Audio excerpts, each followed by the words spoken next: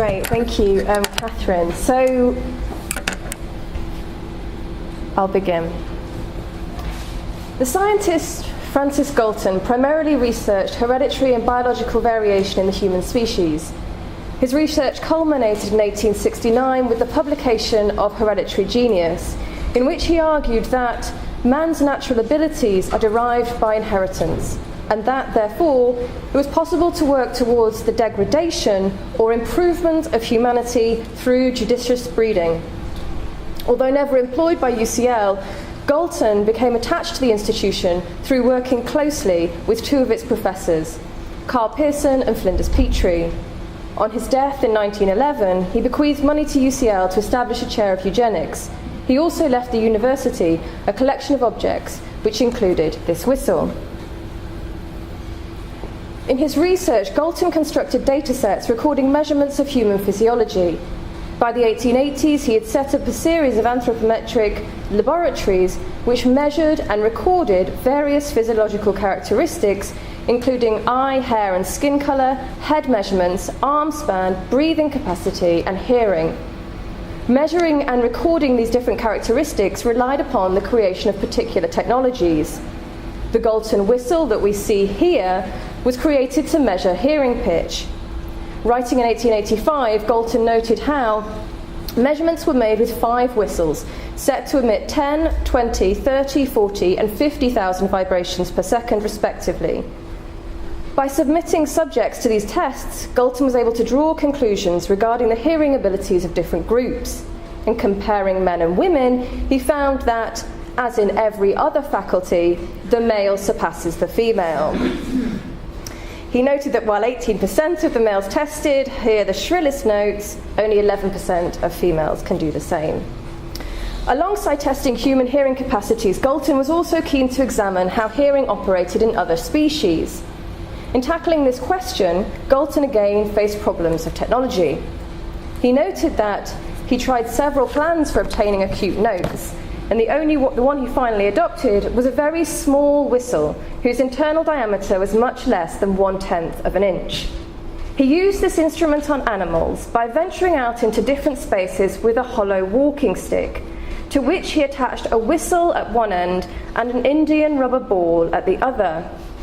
He took it to zoological gardens, and once the animals were used to having the stick near them, he made a squeeze on the ball and then watched to see whether the animals pricked their ears. He also tried this device on cats, mice and dogs. He found that while small dogs, like cats, heard very shrill notes, large dogs did not. Travelling to Bern, where there appeared to be more large dogs, Galton was pleased to have his suspicions confirmed. He tried the whistle for hours together on a great many large dogs, but could not find one that heard it. That Galton put his whistle to such uses appears pertinent when we learn that his whistle later became used as an important yet often controversial device in dog training. I could speak at great length about the changing uses of whistles in dog training. I must admit to spending too many hours in the Kennel Club archive trying to learn and piece together such histories. But I must not. Because while this historical artifact might seem important in the construction of such narratives, it does not have to be. Such narratives can be told without ever really encountering this thing here at all.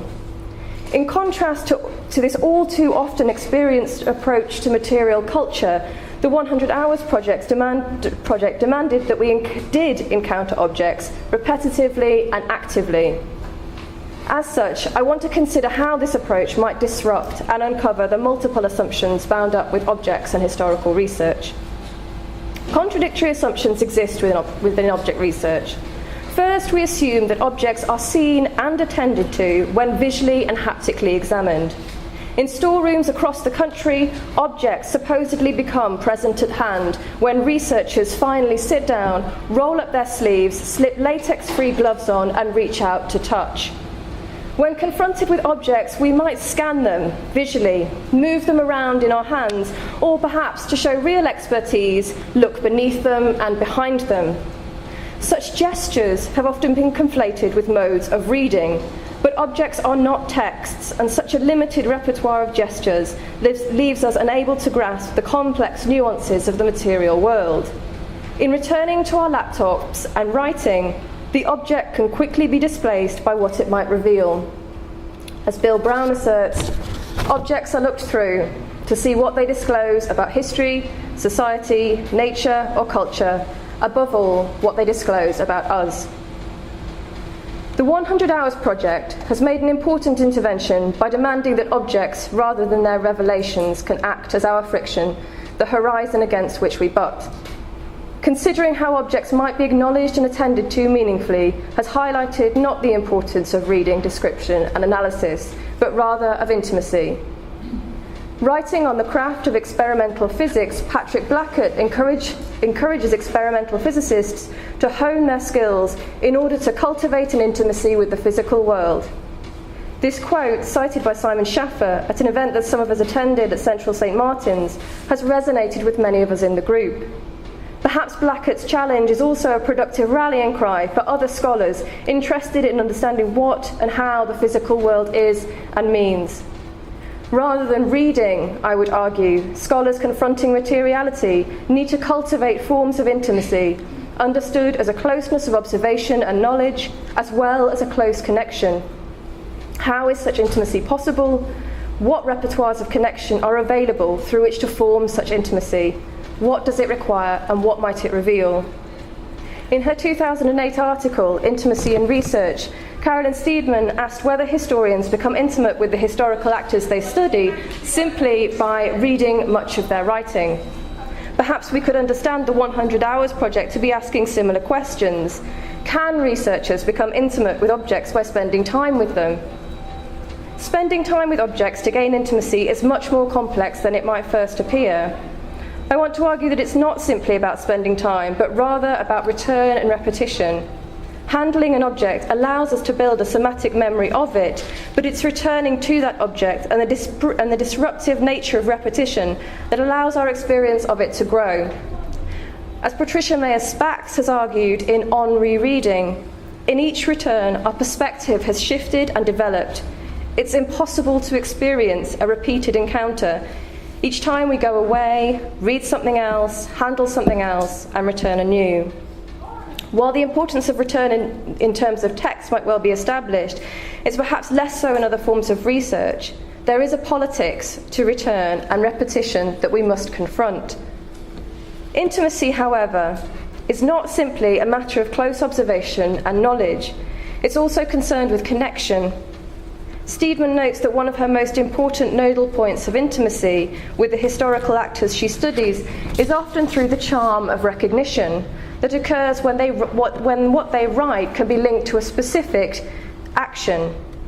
For Steedman, it is in action described that we find ourselves in the greatest intimacy with the dead and gone. It's about being able to chop an onion in the same way. Such connection is also often cited as explaining the potency of material culture, that we can grasp the object and be transported back.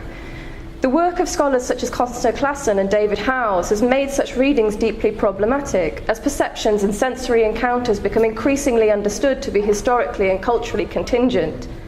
Nevertheless, I find the charm of recognition compelling, because we've all experienced those all too infrequent moments of understanding. With objects, such moments are often dependent on return and often arise when returning that final time and finally recognising something.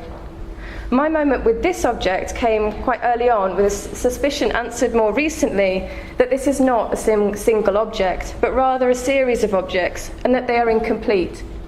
If I tried to put these pieces together, I could not make it into anything like a whistle. I could not construct something like this.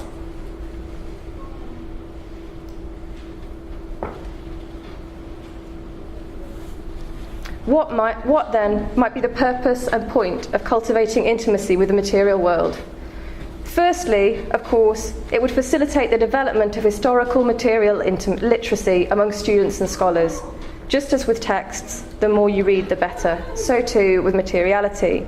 Second, returning and attending to objects allows scholars to build important rituals of attention and develops repertoires of connection. And this might be particularly important in providing historians with a more cogent place from which they could critically engage with some of the recent discussions around agency and ontology. Finally, though, intimacy with objects is important not just because it might allow us to understand the material world and its historic significance in more vivid terms, but also because of the tensions and frictions it creates. The whistle is incomplete. I cannot construct it. It's a conundrum that needs to be solved, or not. If I want to write a history of dog training, which I clearly do, I could not begin here with this thing quite so easily. Thank you.